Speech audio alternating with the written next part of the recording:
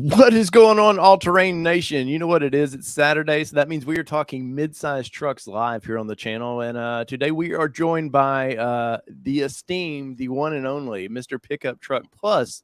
You got to add the plus because he is plus SUV talk. Mr. Right. Tim Esterdahl. What's going on, buddy? It's another wonderful overcast, cold ass day in Nebraska today, which is fantastic. Love that weather, and I can't catch a break in the weather, so I'm bitter, cranky old man. I know, man. You've been chasing it. So we were in Chicago together last week, and it was the first day there was 45. For Chicago, it was actually pretty nice. It was sunny Yep. and pretty, and then the rain kicked in.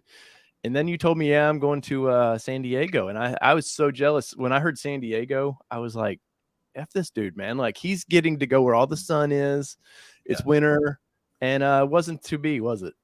No, it turns out it rained and wind blowing the whole time. I was actually on the side of a cliff doing some video, and the wind was blowing so hard it was blowing my cell phone out of my hands. Wow. I couldn't use my GoPro because every time a raindrop hit it, it got on the screen or on the lens. And I was in Florida 3 weeks before that, and was really cold in Florida. So yeah, I'm loving this winter. Man, loving it. But we're not here to talk. This isn't Weather Nation, by the way. This is All Terrain Nation. And we got to see the truck. I don't know, was this your first time in Chicago actually seeing the Chevrolet Colorado? No, I've seen it many different times. I was gonna say, I thought you were at a couple events. But what overall, just before we get into driving and all that, what has been your opinion with the Chevrolet midsize trucks? In my opinion, they waited way too long to update. But I really like where they're going with this truck. Yeah, I think that's probably true. I think the prior generation, I like the powertrains in the prior generation, the diesel and more options there. But I think the last generation just felt like it was a little bit rushed to market and wasn't it wasn't built for where the customer base is going. And so this version is really built for where customer base is going. Yes, there's only one cab and bed configuration, but that's like 90% of the market already is only buying that bed and cab. So, I mean, people are like, well, I wish they'd offer more options. Well, if people would have bought those other options, they would offer them. But it really, I think they really honed into exactly what, again, the overlanding crowd, off-roading crowd, this new Colorado feels much more like chasing a trend kind of overall design than it would be appealing to a mass market, right? So if you're a guy who doesn't want to off-road very much and you want a longer bed and you want a mid-sized truck, Chevrolet's like, this isn't for you. Right. I mean, they're okay with that because I think the upside of the potential of the larger audience really is where they're aiming for. Yeah, I do. I definitely see that. I mean, once these big quad cab vehicles came out in kind of that late 90s push, man, that's where everybody went to. And, Nissan and Toyota and everybody was kind of at the foreground of that. And then GM and them kind of took it over. And I personally, I like it because the pickup truck is no longer a pickup truck. It's an everyday vehicle for your family. It's not, when I grew up and probably when you grew up, Tim, a truck was a very utilitarian, just a basic form of transportation. It was more about hauling stuff and, all those old tough commercials where they would show dropping stuff in the beds and just, right.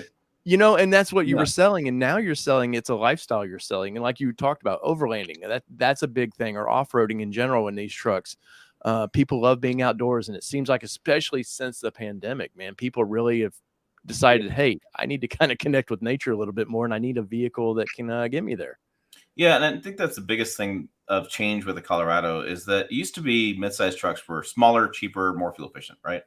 And that just isn't the case anymore because I was thinking about this today, like, a basic Silverado with the 2.7 or with the 5.3 has damn near similar fuel economy to most midsize SUVs these days. I mean, you're not, there's no more gas tax penalty when you're buying a full size truck. I mean, you get the midsize trucks.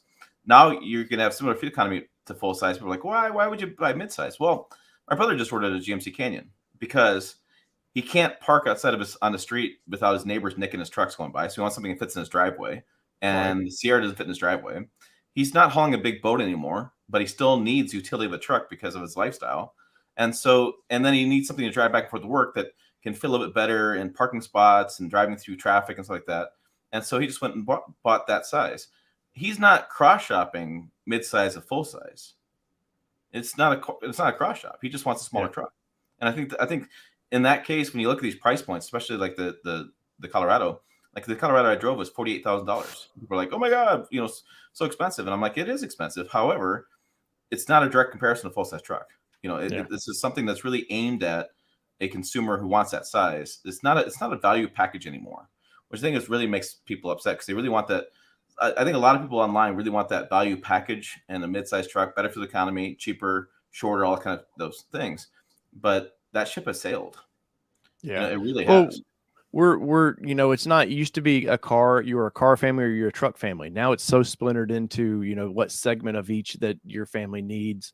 But you were talking about cross shopping. If cross shopping were really true, Toyota wouldn't sell 200,000 plus Tacomas a year, Yeah, like because for the they dollar, don't, it makes more sense to buy the Tundra. it doesn't translate to Tundra sales. I know they'll sell some based on just loyalty, but people wanted the Tundra because it was the best, the best quality vehicle you could get, and everybody else backed away from this. So now Chevrolet and some of these brands are having to play catch up a little bit to the midsize market. And like you said, I think the last generation was a little, I felt like it was more car-like. When I would get into it, it just felt like I was sitting in one of a Malibu or something. Something about it just was not truck-like to me. Now, it was very comfortable and it was a nice vehicle, don't get me wrong, but as far as some of the other offerings on the market, the GMC twins, the GM twins, if I can say it, always just felt like they were playing for a different market.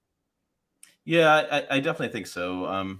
Yeah, I think what's interesting is if you go back in time, I was in LA in like 2017. Is it 2017, 2016, something like that? And they had done the ZR2 prototype version of the Colorado back then. And we were chanting to the GM PR team, ZR2, ZR2. We were so excited about it. And so I think they heard us, and then a year later, they actually told us it was one of the fastest fastest engineering things they've ever done is bring a truck to market was the ZR2 because there's so much energy behind it. Online was so powerful behind that messaging. And so I think what happened was they had the prior generation, they added the ZR2, and the ZR2 started selling like hotcakes. And then they're like, hey, wait a minute, maybe it is off-road version of that truck. And I think that's why you see this next generation of being so off-road focused. Like, I got in late to the event, and so I didn't really, and I wasn't in a good spot to drive the work truck and the LT. But my friend Dan Edmonds, who has a channel as well on YouTube, and he's a car and driver, technical editor, him and I were driving around, and he was telling me, he's like, the work truck's just fine, LT is just okay, but really the bread and butter, this next lineup is going to be Z71 and Trail Boss. And I have a story written on the website. I have a video going live sometime this week comparing just those two trucks because I think that's going to be a very critical piece of the market. So, and if you look at that and think about that, that Z71 and Trail Boss comparison is going to be where people are going to be at. They're going to be at looking at that stuff, and they're going to be those things. Cross shop's going to happen. And so, and to your point, I mean, you get a truck these days, and you get good fuel economy. You get but the Z71 store is not up yet. Jill happened to managing editor Jill Simonello flew to Sweden unexpectedly. Last minute, really interesting. Anyways, you have the good ride quality. You have the fuel economy of an SUV, utility of the bed, and then that bed, for example, that tailgate's got that like trick opening thing. $650 you have to get for this extra opening, and then they have like the Maverick. You can put the the cable around the tailgate and have different angle, like two angles going down, like open, mid, and up. So you put longer pieces of materials in there. And so I just and then it fits in your garage, right? It's so funny. People say to me all the time, like, why do you need a truck fits in your garage? That's ridiculous. Park my truck outside. I'm like, for every one question I get like that, I get 3 questions of what truck fits in the garage. Well, Jill does a big thing on it on her stuff where she's always trying to fit. You're right. She's got a Chicago garage. Yeah. I think this new generation though, I think I keep saying it with GM, they seem to be torn whether they want to be an electric company or do they want to still be the old-fashioned truck company. And so I think sometimes there's weird blunders they make. Obviously the last one, I think they were a little too late getting a diesel into the midsize truck for years. I mean, last 20 years, all the off-roaders said, please put a diesel into the midsize truck. We want a diesel. We want a diesel. And once they start doing that, then diesel regulations sort of spank them on that. And it's just not a popular, the way we're in environmental conditions now, it's not a popular motor option to have in a vehicle. And now, so they've kind of went the other way with this, the small 4-cylinder that, well, I'll say it's a big 4-cylinder, a 2.7 4-cylinder. Where were you at with this? I know for a lot in my channel, they've all been very curious about that engine. They've you hear 4-cylinder and you think economy, like the old S10s. The old S10s, you got a 4-cylinder, you could get the VTEC, and the 4-cylinder was usually a manual transmission. It was a lug. How is the 2.7 in this thing? I think what's interesting is the way you said that, right? 4-cylinder, 4-banger, Mhm. right? That's what you use. And It's derogatory almost. it's almost derogatory, but it's not even close. Like this Yeah. is, I would say this is a turbo engine first, because that makes a lot more difference. I think it really stands out that way. What's interesting to me also in that conversation is about reliability, right? People are like, well, it's a 4-banger that can power, that's trying to put this truck around. Well, if you haven't driven a small displacement turbo in the last decade that they've been out, it's like you don't understand how much better performance is. So this has Mhm. got 3 tunes, which is interesting. So it's got, well, it's basically 2 tunes. I finally understand it better. It's really kind of confusing. They have a work truck version that is missing key hardware that you can't upgrade. So you can't take the regular turbo engine and upgrade it to a better Really? tune, because I thought I heard somebody today, they were talking about, oh, you can when you buy these used, you'll be able to kind of upgrade these things. So you're saying you can't? you can't. The work truck version of that engine has a different engine code. It's like an L2B. And what's different about it is it doesn't have key mechanical pieces. Like, it doesn't have piston squirters that go into the cylinder to add more fuel to get more uh, burn, more Right. production. But so you can't do that. But what's interesting is, when you get up to the Turbo Plus, then you can take and add more torque to Turbo Plus. The horsepower is the same. Torque goes up like 40 foot-pounds of torque, and Yep. so it's basically like $800 from a dealer to have this done. So I drove the Turbo Plus, and it's okay. I want more. I want a sport mode. I tried to put it Mhm. into a haul. I tried to get more performance out of it, and I'm sure during a week of driving, I'd get used to the throttle response. But I was thinking about it the whole time. I have this plug. I have this right behind me. Let me grab it. I haven't opened it yet, but it's a Banks pedal monster kit. And so I actually was thinking about this the whole time I was driving that Colorado, thinking, man, this you can adjust the throttle response to get rid of dead pedal. And I'm thinking, either you can go with the $800 tune from Chevrolet to get more torque, or you just have this guy. So for me, I want a sport mode. I think this is going to give me a Yeah. sport mode. So I really am excited about testing this out, and I need to open it. I've been busy, but I really want more performance. I really want to try, and I also want to try the turbo high output, because I want to know that additional torque. It's got the 8-speed transmission, which I think is a great. It's a good number of speeds, right? So there's a lot of controversy about overall reliability in 8-speed and what they've fixed their problems, and they've made mechanical changes to transmission to make it more reliable. There's been some issues with shifting and things, but Dan and I were discussing this, in that some of the trucks, like I think it's Ford, has a 10-speed transmission in the midsize, and Mhm. it's just too many gears. It's just there's not a bunch of See, return on investment. my Bronco has that 10 speed, and it doesn't bother me at all. You do feel it shifting quite a bit. Like at your red light, you do feel like if you are spirited driving, it definitely wants to shift to fourth real quick. But I've never. I think people. That's just a. I've always felt like the whole transmission thing is just a. It's a catchphrase of something to people to kind of bitch about. Of like, oh well, see this thing. It just wants to shift. These aren't, to me. They're not CVT transmissions where they're just dead souls. Like it's. Yeah. I want to know my truck is shifting a little bit, but sorry to No, interrupt you there, Tim. no, but I think you bring up an interesting point, in that used to be transmissions, you had a manual, you tell it was shifting, you could tell things shifting. Nowadays, with engine tuning, transmission shift point mapping, stuff like this, you can actually tune these transmissions to fit your driving style. Like, for example, Yeah. the F50's got a smart transmission. It adapts your driving style. So that's what I think is really cool about it, is whether you go 8-speed or 10-speed, you can make these trucks really fit what you want. And I think that's what's really cool with the Colorado. And I always think about it, like when I was thinking about buying one, I was thinking, I would not buy the ZR2, because it's too much for my needs. I think I'm going to buy the Z71 if I bought one. Right. And I'm thinking about, like, man, it's going to be a carrot over my head the whole time, going, do you want the more torque? Do you want the more torque? Right? I mean, it's those things where it's like, $800, huh? $800, huh? I mean, I think it's gonna be really an interesting debate online. I bet you we see, I'm gonna say over under on 9,472 Facebook or forum posts saying, what do you guys think? Should I get the tune or not? Yeah. Like, I think that's going to be such a critical question. Or do you do Well, Banks Power thing? Do you do a Banks Power thing and just make the pedal monster? It's going to be a lot of decisions going on there, because I think as you drive these turbo engines, what happens to everybody is as you drive them, you get used to their performance, and then you want more. And yes. I was really we were discussing with the GM engineers about why they didn't give us like a sport mode. So in the Silverado, they actually gave a sport mode, and this one they don't have it. And they're like, well, maybe in the ZR2 makes sense of a sport mode. And I'm like, I don't know. I think it would be nice if they had a sport mode. I would think it'd be nice if they had somebody else pointed out, he goes, there's not a snow mode, there's not a sand mode, there's just an off-road mode, terrain mode, normal, tow haul. Yeah. And it's interesting because I would think these days it's not just a programming software issue. They can just program more drive modes. You could have infinite drive modes, doesn't really matter. Yeah. Yeah. But they didn't. So, but it's also simpler in that regard.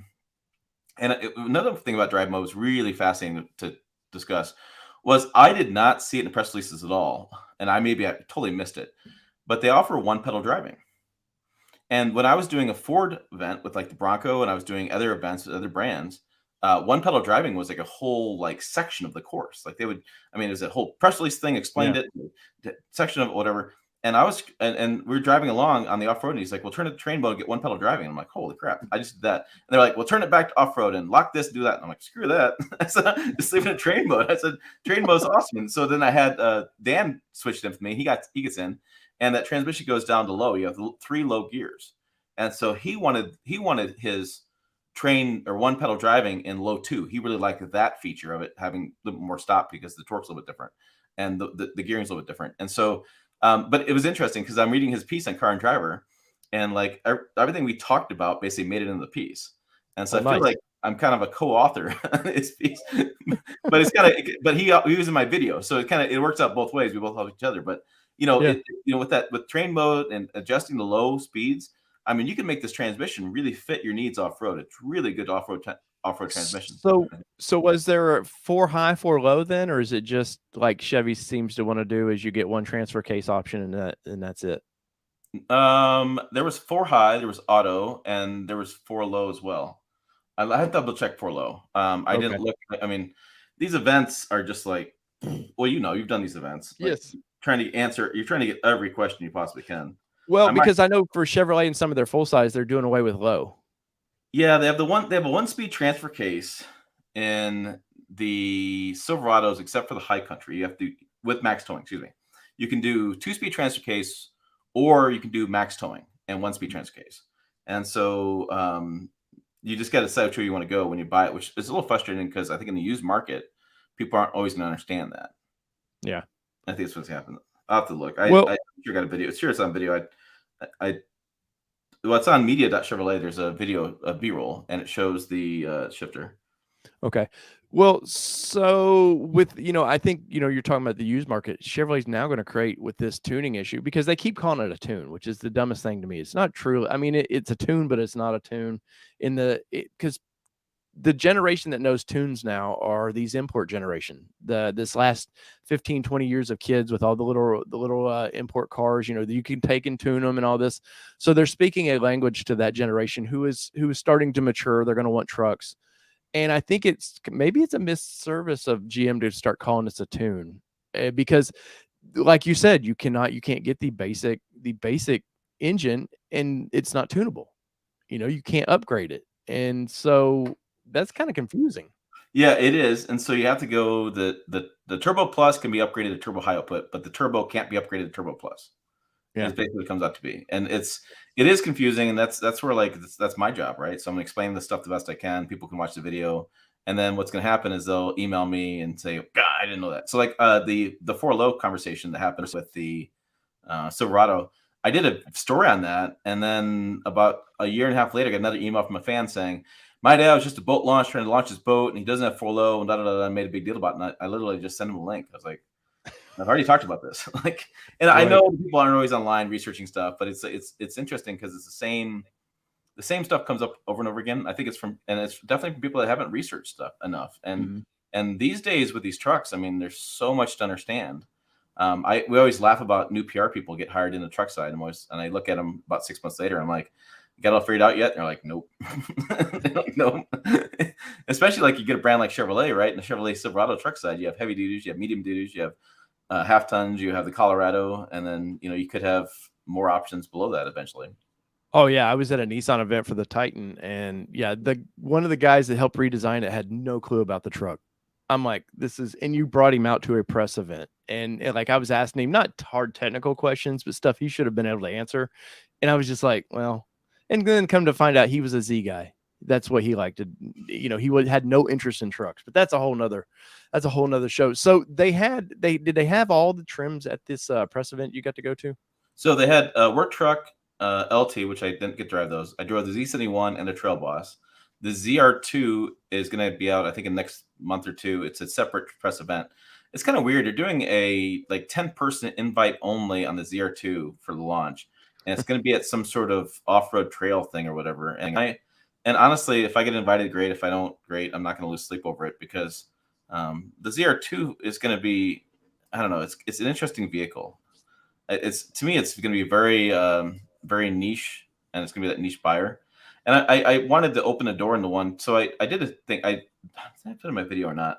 The Z71 payload was like 1,500 pounds, or no, Trail Boss 1,500 pounds, and so I'm really curious to see what happens to ZR2 if you get any payload out of that.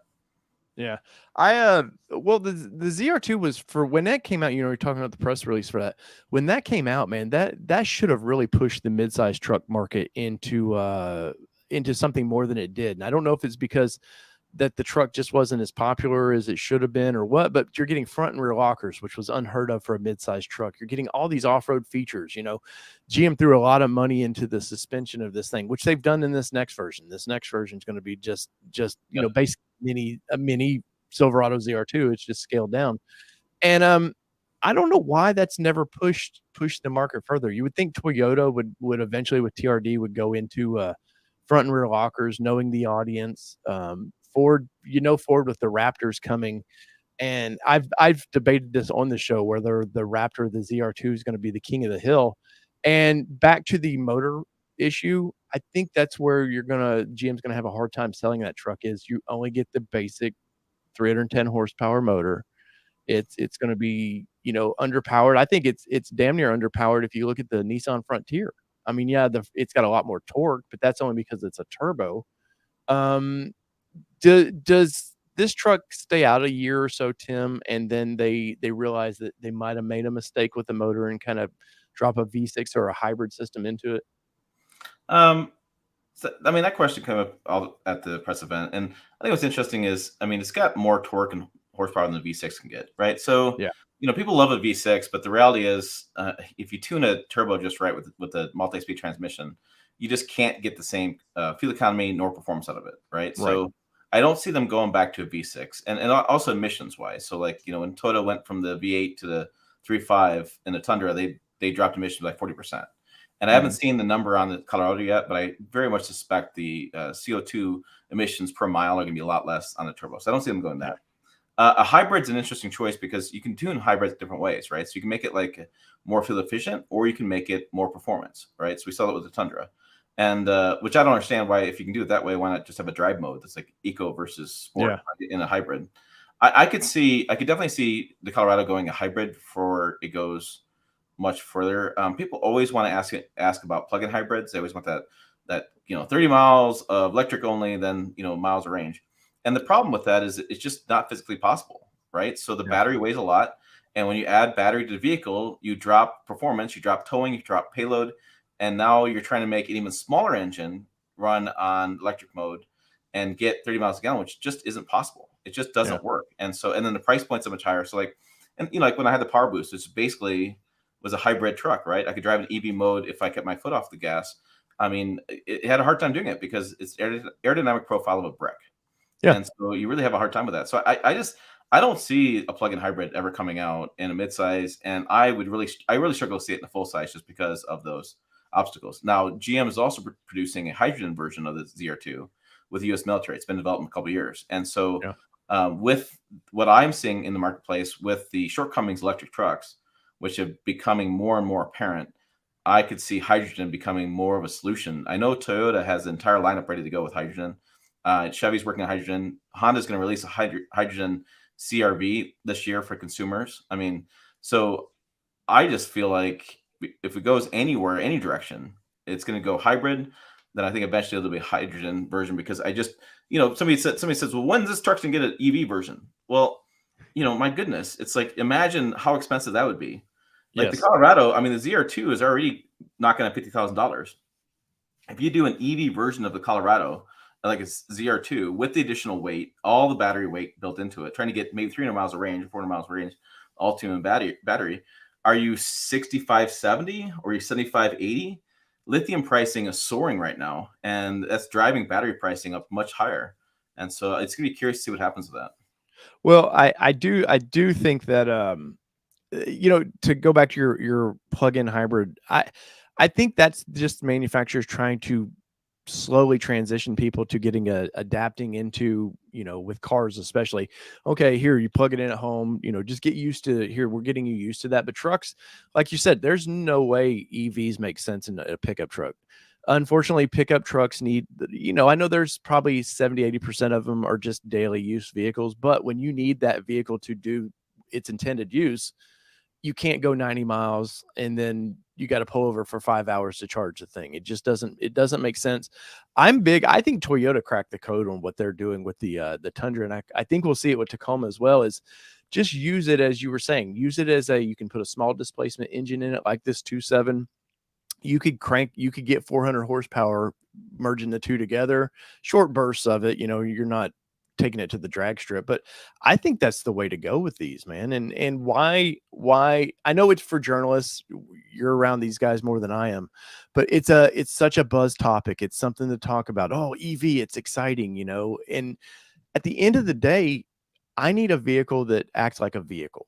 And I think that's where, reports are coming out that the new Ram Rev, which we both have reservations on, I think what they're going to use a slight gas power to that as a range extender is what I'm hearing. I think some of that could translate into these trucks a little bit. You could do something like that. And then, then maybe EV.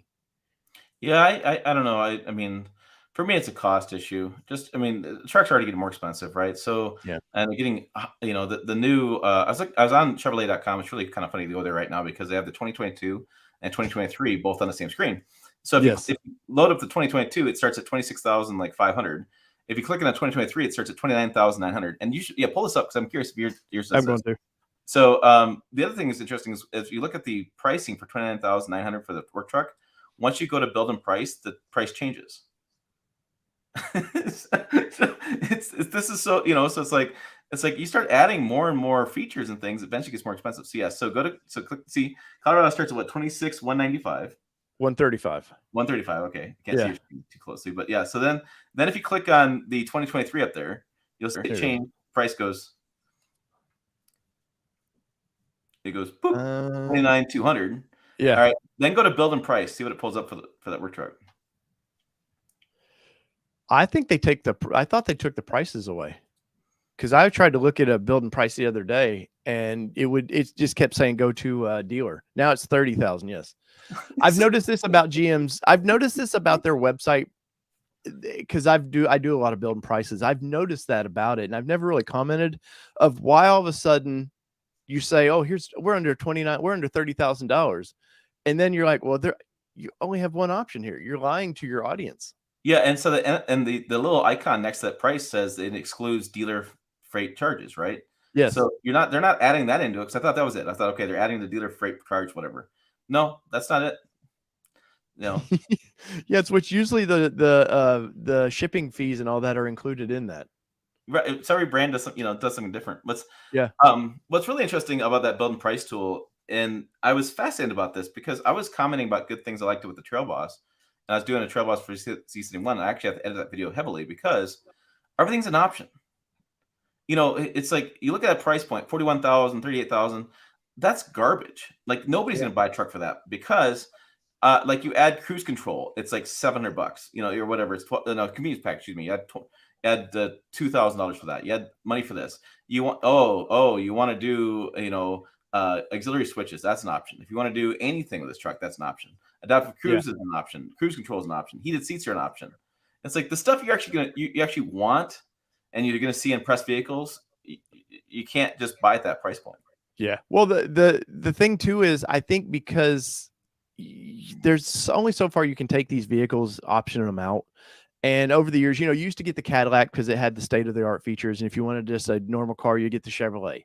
Like if you wanted those better features, you moved into a different brand. But with these, like we did a video on this where they're taking away, like on the Trail Boss, they took the map pocket away in the back of the seat. Something that's been standard since the 80s. But now, as you're saying, that's now an option. You're because they don't have anywhere to move these trucks to make them more optionable. Yeah, they're shopping they're trying to get that comparable price point, but now you have all these ridiculous choices you got to make, and it's absolutely ridiculous. But I drove around that Z71 and I drove the Trail Boss. They're very interesting trucks, very different from each other, which I was surprised at. Yeah, I was handling about these. I mean, obviously, you're different tires. The Z71 is more of a comfort vehicle, but what would be your driving impressions of those two? Yeah, so I thought, and this is where I really struggle with. I have a hard time reading press releases and truly understanding what the thing's going to be. I need to see it. You touch it, feel it, drive it, because then I can really understand.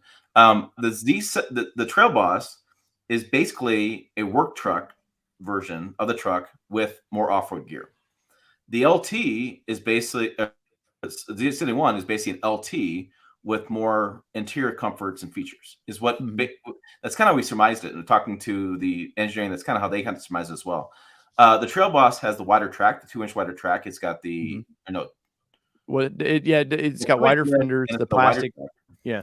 Right. And so that wider track, more planted on the off-road as well as on-road because of the way those tires are, but the bigger off-road tires. So you kind of get not as the same acceleration a little bit because you have turning more rubber. It's just a different driving experience. The Z71 for me is more of a comfortable plus more refined driving situation because the wider track, you have the different tires. You don't have the lift. I mean, it's a little bit different driving. And when you park them next to each other and walk around both of them together, it's shocking the difference. Like I did not realize, and again, reading the press release, how much difference a 2-inch lift does for the rear. So I had parked these together. I have a kind of a crappy TikTok video on it, but I have a better video coming later that shows it from white horizontal. But when you get them side by side, the front fascia is different. The blacked out plastic there is different on the Z71 versus Trail Boss. It looks different. The lift looks different. Everything's different about it. Get around the back, and you have basically a 1.5-inch difference on the back of on the beds. And I need to take a measure really to get the numbers right. But I mean, the Trail Boss is so much taller in profile versus the Z71. But you don't. If I were to drive around town and just see them sporadically, I would not pick that up. Yeah. If you go to a dealer or if you go to probably more accurate these days, you go to a car show that actually has the vehicles. It is shocking to see how much different they were. And then inside the Trail Boss, it's interesting because inside the Trail Boss is really a basic interior, and it looks really plastically. And that's what surprised me from seeing it in person, from doing build and prices as soon as we could kind of get an idea. And I have the picture up now because I did want to talk about this. So when you see this, you're like, that's a good looking truck. You're like, okay, that's probably soft touch. Just because you can't really tell, and they don't give you a lot to go from on these. So I'm looking at this going, well, that's a good looking truck. But then when we saw these at Chicago in person, I was amazed that the whole damn interior is just plastic, and not a bad thing. I'm not saying that as a bad thing, because the Trail Boss, if you take that off road, you want easy cleanup. That's what. Yep. Yeah, I think we're going to see a lot of journalists who don't understand that. We're going to talk about how cheap it looks inside. It's going to be it'd be a common complaint in reviews. I can see that. Yeah. But when you think about that customer who's going to take that off road, who just wants to take a rag and wipe off all the dust and things, because you always, anytime I've been on a trail, I could be on a dirt road trail. I could be on a trail. I could be climbing rocks or whatever. The interior always gets dirty. It just, I don't care what happens, especially some of these trail rides I do where they want to have windows down the entire time. It's like, oh my God. But it always gets dirty. So I'm thinking from my aspect, easy to clean off. Mhm. The Z71 is much nicer interior, which is really surprising. And then the other surprising thing I thought was the 11.3-inch screen there. That's Mhm. standard for the lineup, Yeah. which I was really. I mean, you don't. Again, those are details that you can read about, but until you actually get this in the vehicle and sit inside the vehicle, you don't really understand what that truly means. And so the work truck guy gets the same screen everybody else gets. But my criticism with the screen was it works great, the graphics are great, it's fantastic, but they didn't upgrade the camera lens resolution. And so the camera Oh. looks so it doesn't look that great. So I'm like, you have this really beautiful screen, and you have it's still the same camera resolution. But this interior, I was surprised because online, as you see it with the photos you're showing, you think the same black plastic over top of the glove box. You just think it's the same. But in person, it's got red stitching going around, it's soft touch. It looks Mhm. so much different in person. And then I don't know. I just thought that was really interesting to see those kind of differences. Yeah, the one thing that I feel is a confusing aspect is the seats. If you see them here, you got that kind of digital camo in these, which the Z71 is to me, it's a more luxury trim in the lineup. It's your nicer trim. That digital camo probably to me should have been in the Trail Boss. And obviously there is, you can get, leather seats and stuff in this, but I just feel like it was a miss. And me and Kelly noticed all the black piano finish around the shifter, and she commented this, she brought up in one of our videos, and it made a lot of sense, is that in about a year is going to look so scratched up Mhm. because people use trucks for truck things. Now, once again, I know there's people, we talked about it, put them in their garage and that's their daily, and there's nothing wrong with that. But if I were to take this truck out in my profession right now of being a land surveyor, that truck would look so ridiculously abused within a year. And from what I can tell, because I haven't got to see the WT of this thing, it seems like across the lineup, they've just sort of like, here's the option, you get that. Um, and there's a So, few touch I noticed that could have been well thought out. so go to exterior on this on the Z71 and look at the Right. rear bumper because it's really interesting. I think yeah. Go to see if they can flip around the rear. So the yep, and then so that rear bumper. So if you can't see it on the screen, but next to the step, in between the step and the license plate, on the back of that bumper, that's all high gloss black.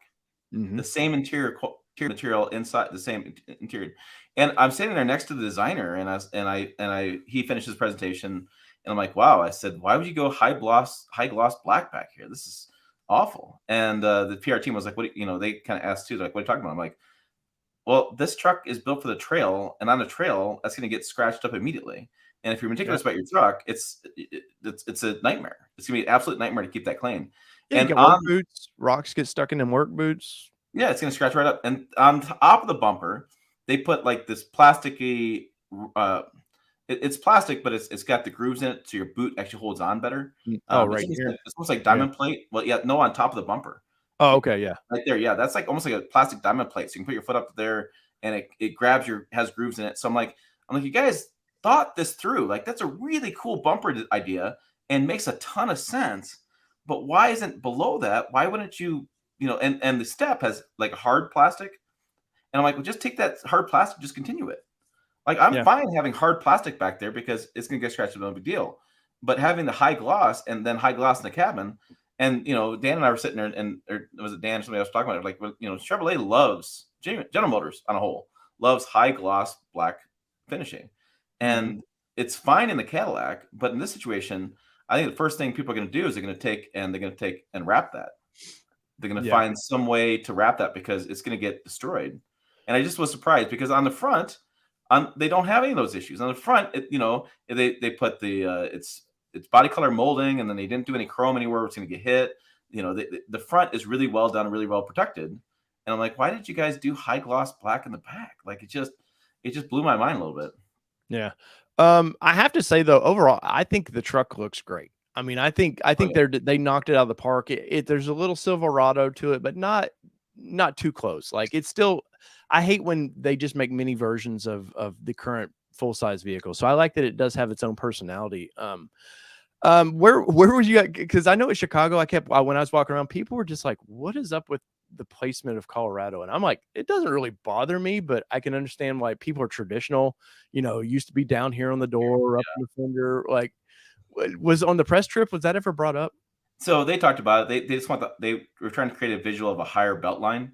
So if you see Mhm. the shoulders on the front fender and the rear Yeah, fender, I I think see it. they call them Yeah. shoulders, and the hatches, they're all they're all in line, and so they want the higher belt line. I actually liked it, and the reason Mhm. why I liked it is that this off-road truck is going to see a lot of wear and tear, and I think if the letterings were down low, they would get probably knocked off Ripped off. easier and ripped Yeah. off. But it's right behind the shoulder, so the shoulder you're gonna hit that fender shoulder before you can hit the door, and I think it's gonna be more protected. Now I know Mhm. people are gonna go and they're taking fishing line, whatever, and they rip these things off, clean them all off, debadge it. But I didn't mind it. What's interesting to me about the overall design, and I did not realize this, is again press release. You don't get everything is the halogen versus LED debate. I've seen that in my comments more than anything, man. Yeah, so it's interesting because Z71 and up has LEDs. So Z71, ZR2 LEDs. Trail Boss and Work Truck and LT, I believe, are all halogens. And we were sitting there at a stop, and we had two things happen. First of all, there's the funky headlight control icon, which is a Yes. really interesting debate right now because it's not a physical switch anymore. They have a digital switch for this, but then we're sitting at a place where it was raining, it was foggy, whatever. And I was with Brian Ross Kelly, who works for Alex Dykes. Alex Dykes was there too. And we had gotten Mhm. out of trucks and we're sitting there talking about stuff. And we had turned on the headlights. We were comparing headlights, figuring what's going on. And I'm going to do a video on this for my channel as well, because I think it's an interesting debate. Because here in Nebraska, a lot of people don't like LED headlights because they don't This burn is off the snow buildup. So if you're driving through a snowstorm, you have to pull over, take your fist or your hands, whatever, and kick off the buildup Yeah. because you eventually can't see. But during the summer, spring, fall, whenever we don't have much snow, the LED lights do light up the road a lot better. I mean, they work. It's a much brighter light, and so it's a very Mhm. interesting debate. And people, it was funny because people initial reaction was like, "Well, GM's just being so freaking cheap. Why would they do that? That makes no sense. Every truck should be LED." And then I get I in my home and I get in Honda Honda Passport outside. I had a Honda Passport Trailsport. What a name. Anyways, that Honda Passport is LED throughout. Like there's no halogen option. And so I think we're going to find a couple things because the Trail Boss, for example, I would think you're going to drive that in conditions where that bezel is going to get cold, fogged up, whatever. Yeah. And I think you're going to want halogen in the Trail Boss versus the Z71. You're not going to want it. And what really stood out to me was interesting as far as that difference too is that the Z71, and it's funny because on Chevrolet.com it points it out, it's got a 120-volt plug in the back. And that's their marketing. I was like, well, that's kind of weak. And I thought about it. The Trail Boss doesn't have that option. So the version you want to take overlanding and off road, there is no 12-volt plug-in anywhere in that truck, or the 120-volt plug-in or household plug-in. But the version you're not going to take much off road with the Z71 because you have the lift, all the stuff going on. It Yeah. has built-in plug-in. So I'm Yeah. like, this is odd. Like I would think if I'm an overlanding guy, right, or if I'm an off-roading guy, I want the Trail Boss versus the Z71. But maybe I want LED lights from the Z71. Maybe I want the plug in the bed from the Z71. So then you go, okay, I'm gonna buy the Z71, and I'm gonna put a lift on it with tires, and I'm gonna have to kick the axle a little bit to have more traction, or so excuse me. Anyways, the lack of words. Anyways, the depth of driving off road, and so you're kind of stuck building your truck how you want it, but not. I don't think either the Trail Boss trim or the Z71 trim makes a hell of a lot of sense. Like they're both confusing in that what customer are you really shopping for here? Yeah. Well, yeah, I will. Much like most brands, they seem to offer way too many offerings. I mean, I think the LT was not needed. You could have No, done the LT. Nobody. I think it's going to be a lower volume, anyways. Your people, Trail Boss for whatever reason is an appealing name, and GM's done real well. Chevrolet's done real well with that package. Even though in the Silverado it's still somewhat confusing to me. You get a Trail Boss package, and it seems like everything. But I wait till we get talking about the lights. Wait till you got a switch in your dash or on your screen where you got to hit the light heater to melt the ice off. so I was thinking about this. I'm gonna do my video. Is that Kenworth came out with a truck a couple years ago, and I did a video on it because I thought it was pretty damn cool. It's I don't it's a Kenworth 99 or 99X, something like that. Anyways, in that development of that vehicle, they actually put in a bezel heater Mhm. because they want LED lights for the brighter storms and stuff like that. But because they know these trucks are going to basically be, utilitarian, they're going to be like electrical company fixing poles and stuff in the wintertime. So they Yeah. want LED lights to see better, but they know those lights are going to get covered up with snow and ice. So they actually have a built-in heater that automatically turns on if the temperature is below a certain temperature range. Right. And just on kind of wrapping that LED up, I happened to notice when we were in the GMC AT4, all the dome lights were old halogen lights. They did not put any LEDs in this. I doubt you noticed in this truck whether they were LED or not in the interior. But I was like, and then you would get right next to the Sierra version, and it's all LED, and you're like, why are And no, yeah, I don't. I've learned so much doing this job. I've learned so much, and one of the things I've learned is how picky people can get about lights. And don't blame them. You're going to spend Mhm. 45, 55, 65, $85,000. I get it. Well, But vision. Honestly, every age group, you can see differently with yeah, lights. It affects it. yeah, and so I have done a lot more with lighting than I ever thought I would because I don't, I didn't care. Now I'm getting older, maybe I'd care a little more, but I didn't really care about that. But it's interesting how much people really make a big deal about that. And I think that the bezel size is the same for the Trail Boss and Z71. So I'm pretty sure you can put an LED light in there fairly easily. And aftermarket's gonna have a solution and Oh, yeah. a No, you'll nanosecond. get on eBay. There'll be every Chinese company out there will have an Y- LED to fit the Yeah, spot. yeah. But it's an interesting discussion because I also talk about like I want footwell lights too. When you open the door, I want footwell lights and I want the dome light turn on, and I want to be able to I want to be able to see in the middle of the night when I hop in because around me we have a lot of railroaders and they buy Mhm. trucks all the time because they're driving through winter and stuff like that. And they'll work from noon till 3 in the morning, then they go home, or the middle of the night they get home. So it's like you need that stuff. You definitely Right. need that. So it looks like they actually got you guys on a little bit of an off-road course there. I was quite amazed watching your video that the rutted out trails they took you down. How was their little course for the Z71s here? The Z71 Trail Boss. So this is a Trail Boss there. That's Dan driving. No, is that a Z71? That's the Yeah, Z71. Z71. That's Dan driving. So you drove a Trail Boss up and a Z71 back, or you drove a Z71 up a Trail Boss back. Uh, it was fine. It was about an hour and a half. So you about 45 minutes to drive in. This is the obstacle. This is the only obstacle they really had on the course.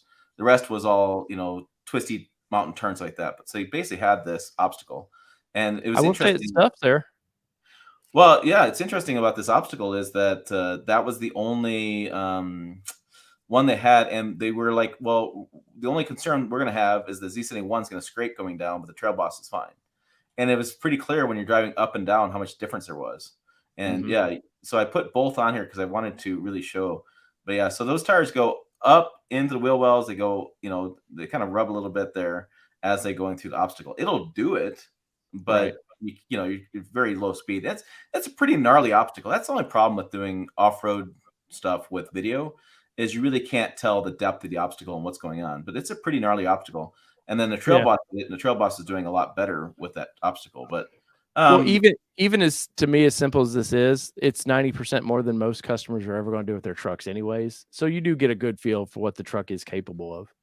yeah, so I mean, I said I did that passport video the other day, and with um, it's all-wheel drive and torque factory and stuff like that. I'm like, this is more snowstorm stuff, and Yeah. especially the Trail Boss. I mean, that's more like a muddy day, pouring down rain, or in a snowstorm, whatever. Having that extra track width, having that more aggressive tire would really help in those situations. Aggressive off-road tire, and that's what I think about. I do a lot of dirt road driving, go out hunting, and it's all dirt roads and dirt trails. And there's obstacles like that out there. You tend to drive around them, not through them. But I do use the truck that way. But it's also looks too. Like I go back to the fact Trail Boss looks pretty damn cool. It just looks pretty damn cool. And you Yeah. don't and I did not get the sense from that from the media events I go to because they park them kind of side by side a little bit at the auto shows. Not really. They're kind of spread out. You're inside. The lighting's terrible. Yes. You can't really tell. But on the trail, when you watch the Trail Boss go through versus the one go through, and you see that Trail Boss there, it's like, man, I really want. It's so frustrating. It's like I really want the Trail Boss, but then if I do the Trail Boss, I really want these features. And I was talking to TFL, I was flying with Andre, and I believe that he just ordered a Z71, and so I thought he had a Trail Boss. The Trail Boss he ordered, or he wanted to. I know he was nervous about it in his video. Oh, Trail Boss? Yeah. So I mean, he ordered Trail. So okay, so let's say he ordered Trail Boss, but then my problem with the Trail Boss is you don't get heated seats or cooled seats. And if you don't think that's an issue, if you don't think that's a big deal, go out in Arizona or Borrego Springs, San Diego on a warm June day and go overlanding for about 3 days. Go camping in your truck and go overlanding, and you will fight over that stuff. Like I was doing an event with a massive off-road channel, overlanding channel, and they're like, yeah, the Land Cruiser that they're using has a built-in cooler in the center console, and they're like, they have a Tundra and a Land Cruiser, and like everybody wants to get a Land Cruiser, not because Land Cruiser rides better, but because they have a cool drink. Right. You know, that stuff when you're camping for multiple days, I mean, that stuff really starts making a difference. Well, so as we wind this one down, where do you see the value of each of those, the Trail Boss? I mean, is it just price point versus Z71? Is it just the lift that you can get, or where do you feel like the best value is for the midsize truck there? So if I were to order one, I'd order Z71 because of my driving situation, I do for driving in my area. I would want the Goodyear Wrangler KO2 tires. I definitely would want those, and I'd want to do the wheel space just going out a little bit, so I have a little more wider track. It's kind of like I want to build the Frankenstein version of the truck, which I wonder about the ZR2. Maybe the ZR2 is really what I'd buy because I want those features. Like I want heated and cooled seats because the fact of the matter is, yes, you're on the trail, or in my situation, I drive 70% around town, 30% off road, right? So then on those daily driving, I want those creature comforts. And I think with a Trail Boss, I wish the Trail Boss offered, it's funny, I wish the Trail Boss offered more features or more options packages. And I feel like the Z71 offers too many option packages. So it's like, and then you're trying, the people on my channel are debating this like crazy on your channel too, on like, what do you buy? Like, what does it fit your needs? And people are like, well, I'm gonna go cheap with the Trail Boss, but then it's like, you don't buy heated and cooled seats, and you don't get, there was a variety of small things. Maybe I can pull it up for you. There's a variety of small things that I was really surprised that you can't get on the Trail Boss, because I did a build and price, and well, a rear locker for me in a Trail Boss should have been standard. What do they do? Like a limited slip, if I remember right, in it. It's not really it's like it's a Trail Boss. You're saying, okay, this is made for the trails, and then you don't kind of give them some of the off-road features. So again, Z71 comes with 120 volt plug. Trail Boss comes with no power in the bed. The Z71 comes with a manual tilt and telescoping wheel. The Trail Boss doesn't. Heated and cooled seats, remote start, and heated steering wheel are optional on Z71, not available on Trail Boss. Dual climate zone, lumbar and seats, power driver, and power passenger seats are all optional on Z71 and not available on Trail Boss. Cruise control is standard on Z71, optional on Trail Boss. Cruise control, think about that. Cruise control is standard on Z71 and optional on Trail Boss. Underbody cameras are available on Z71, not available on Trail Boss. Yeah, that doesn't make any sense. And so then the cruise control one's the mind scratcher. Like, that's almost a standard feature, right? Oh, and then sunroof, yeah, Z71, ZR2, not on the Trail Boss. So it's like, why? Yeah, but then Ford, I've seen Ford do the cruise control thing as well. They play this game lower price point to make cruise control optional. And it's like, and dealers tell me all the time, like, we just order the package. Yeah, we don't buy that. We just order the extra package. That's why. So Ford last year, the F-150, they actually killed manual roll-up windows. Mm-hmm. You still could get them as of last year, but dealers just they don't want to order them. Yeah, nobody bought them. Want them, right? Nobody wants them, and so it's like they offer this lower price point, but it's always a bait and switch. It's always wait, what you actually want. And I was going through and double check that stuff. Joe's got to edit the post, but I was on Chevrolet.com kind of comparing the trims, and it's just like, yeah, so tilt and telescoping steering wheel. Like, why couldn't you get that in a Trail Boss? Like, there's nothing about the Trail Boss that prevents you from being able to get that, but you can only get that in Z71. Yeah. It's so bizarre to me what those decisions they made in marketing. Like the marketing decisions, I'm fine with having a Trail Boss and Z71. I think they're different enough. I'm fine with that. But they should have the same package options on the Trail Boss as do Z71. You should be able to get trucks. You should be able to build the truck how you want without having to do another trim level and back and forth. And GM was like, their difference was there. Like, it's only $2,000 difference between Z71 and Trail Boss. And I'm like, yeah, but there's a lot of stuff in that $2,000. Yeah, lift alone will cost you $2,000. So Yeah. if you want to lift your Z71, well, there's your extra grand on top of it. Yeah. Yeah. Um, Yeah. I think though, I think they've got a home run with this truck. The jury's out. I think people will adapt to the smaller engine. You know, I've been one of the guys that have been like, I wish we had options. But at the end of the day, I get it. You're lucky to a lot of these vehicles. I think people think we're silly, but you're lucky to have a lot of these vehicles anymore with all the federal regulations that are being put on everything. It's killing the fun vehicle. And of course, you know, not to be political, but you know, when you see these ballots, these things come up that mean something to you on a ballot, remember these things and vote accordingly. Whether side you're on, just if you're an enthusiast of outdoors, remember that you know slowly those vehicles are going away. Um, Tim, I appreciate your time. One last big question. Colors. You got to see this yellow in person or whatever they're calling this color. Where are you at with that? Because all Chevy's done a pretty good job of like some fun colors, the tan and stuff, but this yellow was kind of an out of left field color. Yeah, I think they called it solar metallic or something, solar yellow Yeah, metallic or something like that. I mean, it stands out. It definitely stands out for sure. In parking lots, it stands out. I mean, it's not a, you know, I'm very conservative in my color choices, so it's not something I would buy. right. I actually, you know, obviously I love the blue ones, but I was looking at the red. I really like the red, and I really like the brown. They have a really nice brown, which is I'm not a huge brown guy. The Z71 I have a video on is a brown, which I because the only thing they had sitting there at the time when I went to get it. I think it's fun. I think you have, you know, a situation where you do a brown, you can do a black, you can do a tan, or excuse me, the blue, red, basic colors, but then you also it's like a power thing. And I think they're taking a page out of Toyota's playbook. So Toyota Tacoma has been doing this for years, different these wild colors. And I think it's great. I actually wish the automakers would come back with more of a dark green. Yes. Well, Ford has a nice dark green on their Bronco, and rumor has it we're going to see it on the Ranger. So whenever we actually get to see the Ranger, I'm still disappointed that was not at Chicago. There's so many of them. You did a video where they after that oops video or oops pictures of them sitting in the Ranger Raptor sitting in the plant, they suddenly somehow had one just sitting out in a The parking lot. Target. Whoa, yeah. Yeah. It's like, well, there's no who cares. But um there's some fun colors I know coming for that truck. And I think the midsize truck, we're in the golden age of midsize right now. I think we're about to see a big battle. You know, Ford, we got GMs coming out. They should be in the market within a month or so. I think people will be driving these things. Ford should be later this summer. Toyota, we should see something, I would think, by the end of summer, at least some sort of like, here's what's coming. And then Nissan should be due for a refresh. And, you know, there's always that. I know you talked to Ram about, are we going to see something, a 1200, you know, down the road? Yeah, he's actually unveiling an idea next month. And if we get the right dealer to take the wrong photo, we can see pictures of it. Well, I'm gonna have to bug some of my dealer friends.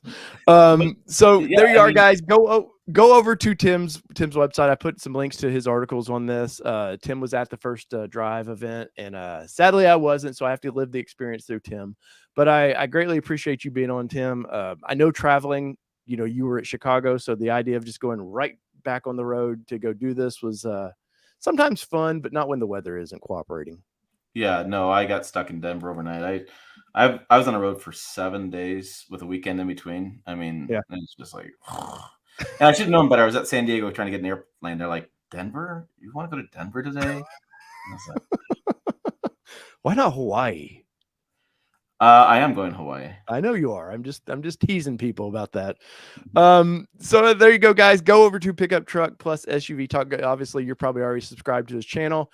Congratulations, by the way, on 90K, sir. Thank You've got you. that big 100K coming up, so we'll be excited for you this year to see you break that challenge and get that little plaque. You're gonna put the plaque behind the on the wall. Yeah, I think it goes right below Rocky, right?